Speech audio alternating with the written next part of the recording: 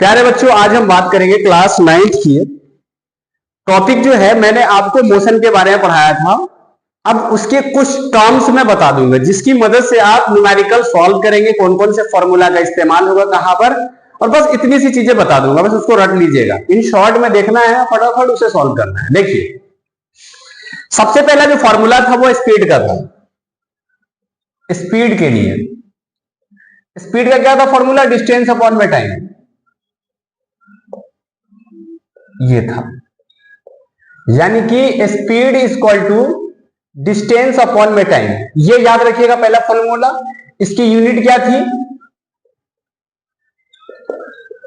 Metre पर second. ये पहला हो गया। फिर अगला था वेलोसिटी का,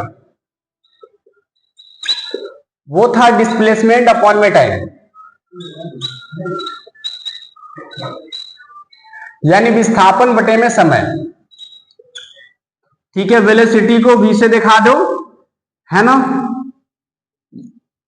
ठीक है, या ऐसे ही रहने दो। इसकी जो SI यूनिट है वो क्या रहेगी? वही मीटर पर सेकेंड, सेम रहेगा,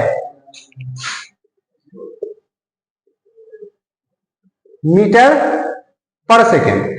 अच्छा, इसमें याद रखिएगा ये है scalar quantity,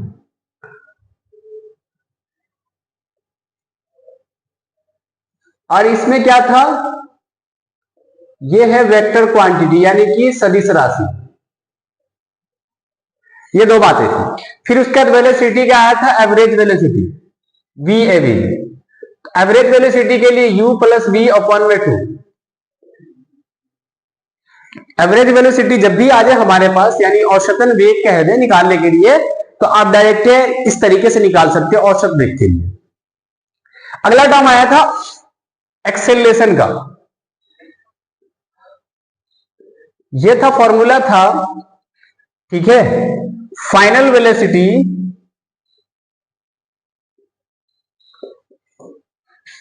minus initial velocity upon में टाइम, यानी final velocity v minus you upon में t। एक्सेलरेशन का ये फॉर्मूला आया था हमारे पास। इसका SI यूनिट क्या है? मीटर पर सेकेंड स्क्वायर। और ये कौन सी क्वांटिटी है? वेक्टर क्वांटिटी है।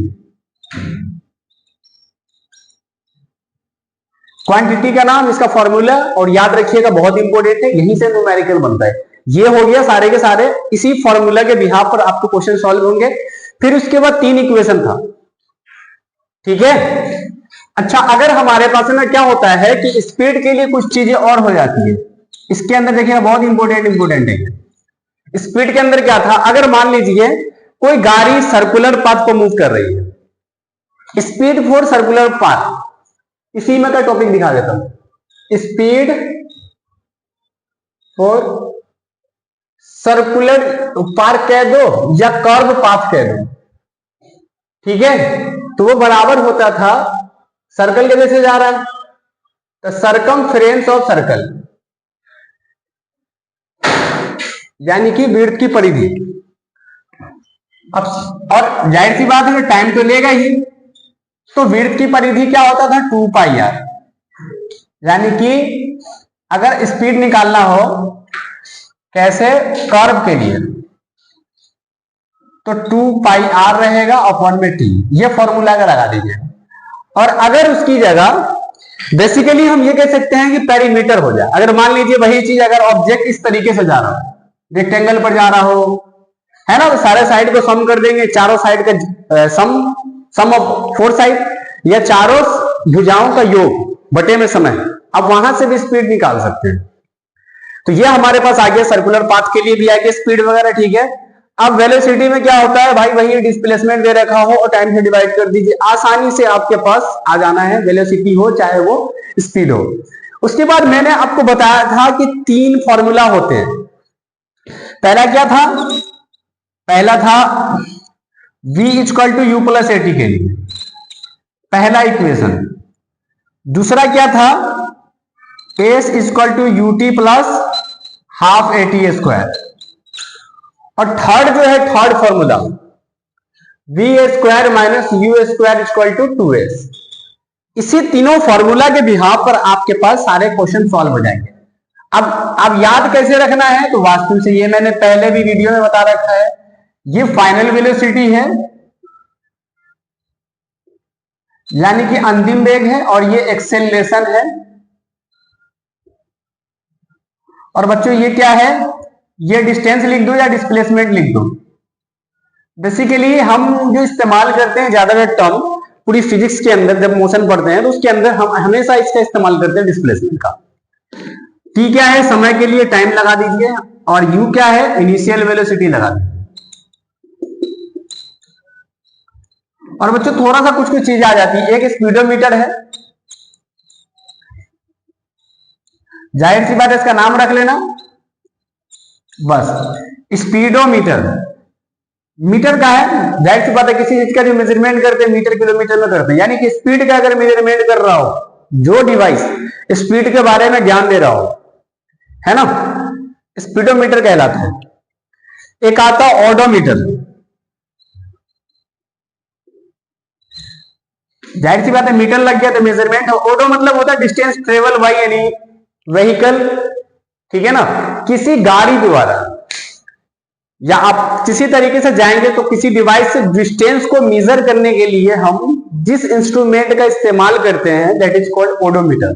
ये बहुत इंपॉर्टेंट क्वेश्चन था, ये मतलब क्वेश्चन से रिलेटेड है, कभी कभी एमसीक्यू में आ जाते हैं तो छोटे से बकवास से, ठीक है, ज्यादा डिफिकल्ट नहीं है।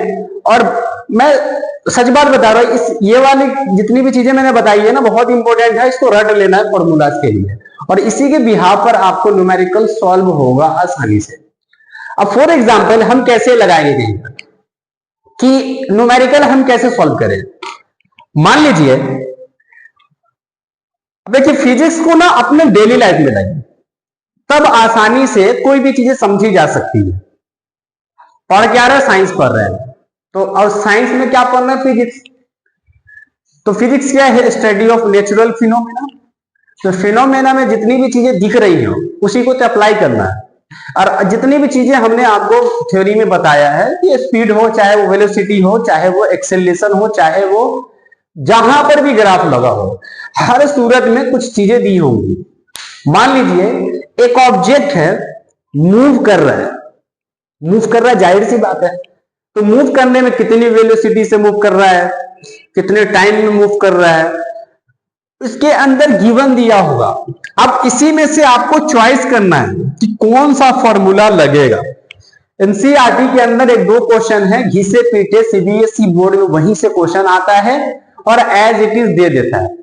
समझ में आ गई बात। तो उतना घबराने की बात नहीं है कि फिजिक्स में कोई बहुत बड़ा चीज दे दिया है या कुछ ऐसी चीजें दे देगी जो समझ ही में ना है। बहुत ही आसान है, नॉर्मल सा होता है और आसानी से आप सॉल्व कर लेंगे, कोई दिक्कत नहीं होता है। फर्क यह है कि आपको प्रैक्टिस करना पड़ेगा। मैं अगली क्लास में जो वीडियो बनाऊंगा मोशन, लॉज ऑफ मोशन के बारे में पढ़ेंगे। One of the most important and very fantastic chapter, because आप इस चैप्टर को जाकर 11th क्लास में भी डीपली पढ़ेंगे। ये भी पढ़ेंगे बट इतना टफ नहीं लगेगा 9th में पढ़ने के बाद। बट 9th का जो लॉज ऑफ मोशन है वो अगर सही ढंग से अभी सीख लेंगे तो आपको 11th क्लास में आसानी लगेगा पढ़ने में, आसान से सॉल्व कर लेंगे क्योंकि उतना टफ है नहीं। तो मिलते हैं अगली क्लास में एक नई वीडियो के साथ, यानी लॉज ऑफ मोशन के साथ। जब तक आप अपनी स्टडी पर ध्यान दें, और मजे की बात यह है कि अभी पेपर भी आ रहे हैं 9th वालों की, आप पेपर पर फोकस करें, ठीक है। जय हिंद, जय भारत।